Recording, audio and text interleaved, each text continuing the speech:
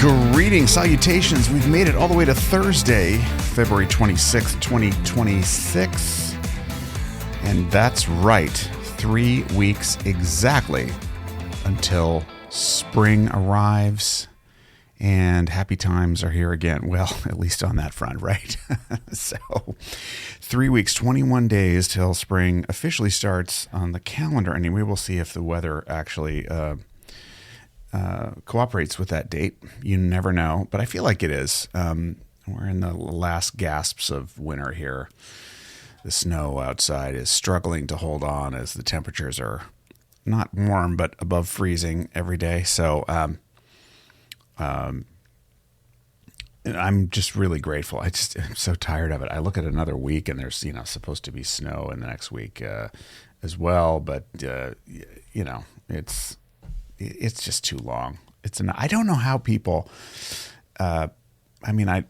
beautiful places, but I have a friend who lived in Silicon Valley for years and years and years and sold their house near Apple Computer, a modest house by most measures, but it went for quite a bit of money since the location, the property was worth gazillions. And they retired and they went to Minnesota and bought a big house in Minnesota, and it's great. He's got a huge house. They're happy there, but he said the winters are absolutely something he's never experienced before. So I'm starting to get it. I'm starting to get it a little bit.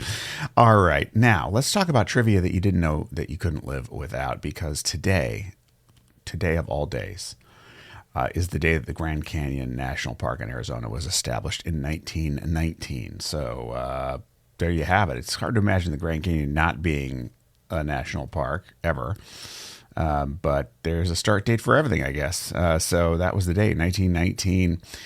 The other thing of note that just was very nostalgic for me was that on this day in 1983,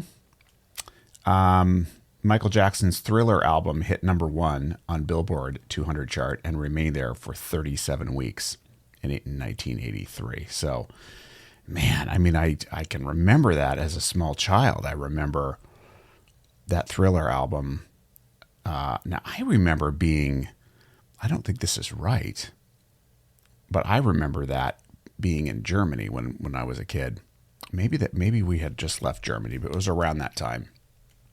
And it was just a phenomenal hit. I mean, it's hard to imagine, because of our fractured society and the internet really gave everybody their own flavor, so they can run off to whatever niche-y thing or kinky thing or whatever it is you're into. You can find your tribe and go there. So it splintered a lot of people.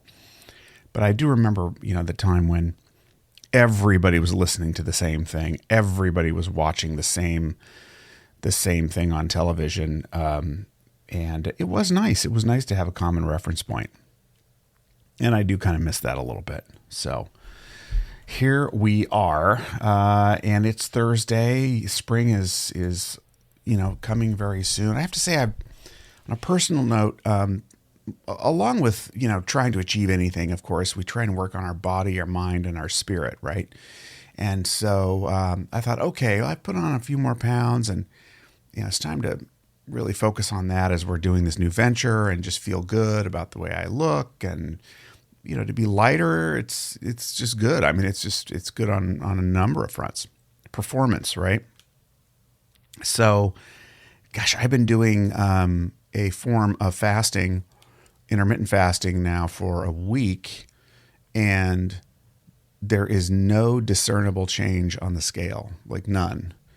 Now, I wake up hungry, I'm not overeating, I'm doing all of that, but nothing's moving. And I think about this. Now, I'm not inviting a bunch of advice, okay? I know when you talk about exercise and diet or whatever, everyone's got an opinion because we're all dealing with it in one way or the other. And I hear that. I think the reason I'm bringing this up is because I think it's such a great example, because I'm pretty familiar with what's going on. It's a combination of cortisol issues around stress and anxiety, inactivity due to just working 12, 14-hour days. And I think that's primarily it right now. There's some other factors as well. But, it's playing the long game. It really is going, okay, I'm not getting the satisfaction of quick results by a certain measurement device that is meaningful to me, aka the scale. But if I continue to work on it and just practice it for the purpose of discipline, of not eating through anxiety, for example, in the evening, eventually the benefits will come. I may need to make some other tweaks. There may be some other things I need to take care of. In some cases, you realize, you got to go to the doctor and deal with some other issue that's related to it. But, I think it's a really good lesson for other areas of life and business, which is you're not always going to get an immediate result that you recognize. That doesn't mean that you give up on it. That doesn't mean that you just stop or completely change course. It's an opportunity to practice it for the purpose of the discipline, observe, continue to collect data. Now, if after a month there's absolutely no change, then clearly something else, some other factor is going to need to change in order for you to move the needle. Clearly, there may be some more investigation that needs to happen. The reason I'm doing it is because I'm finding it very difficult to track macros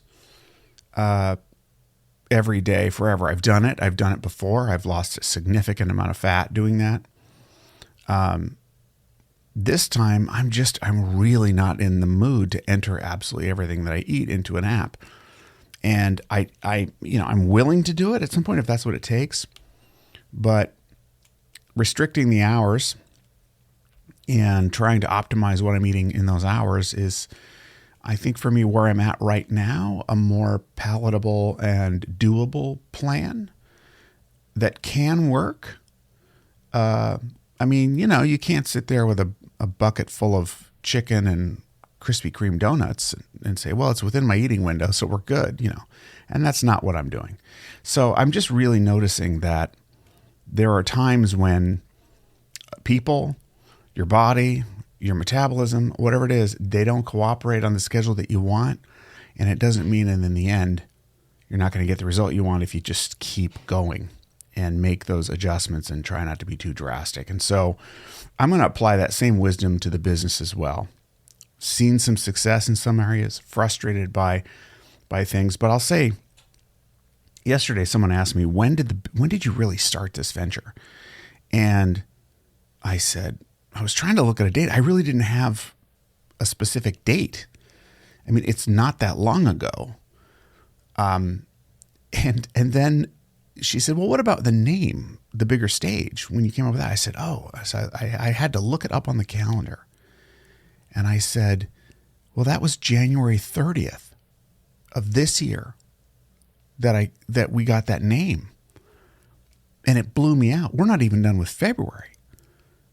It's less than a month ago. So when I put it in perspective on that front, she says, wow, you're moving very fast. And I said, yeah, you're right. I'm doing a lot of things at once. So again, perspective.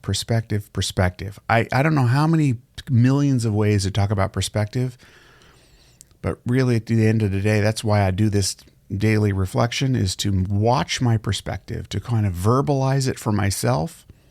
And in so doing, maybe my verbalization of my perspective on a particular day helps you with yours. That's really what this boils down to, because perspective is the hardest thing to keep consistent with as life happens. So that's my perspective today. I'm grateful to have it. Grateful that you're here, and I hope it's helpful to you in some way. Thanks, as always, for listening. I really do appreciate it. And I'd love to know how, something that I said maybe helped you. I really enjoy that. I do hear it from time to time, and it's always nice to hear it. But either way, I just want to wish you well in managing your own perspective and your own dreams and your relationships and whatever it is that's meaningful to you. So have a great rest of your day. Thanks for listening. Be good to yourself and others. And we will check back again with you tomorrow. Bye-bye for now.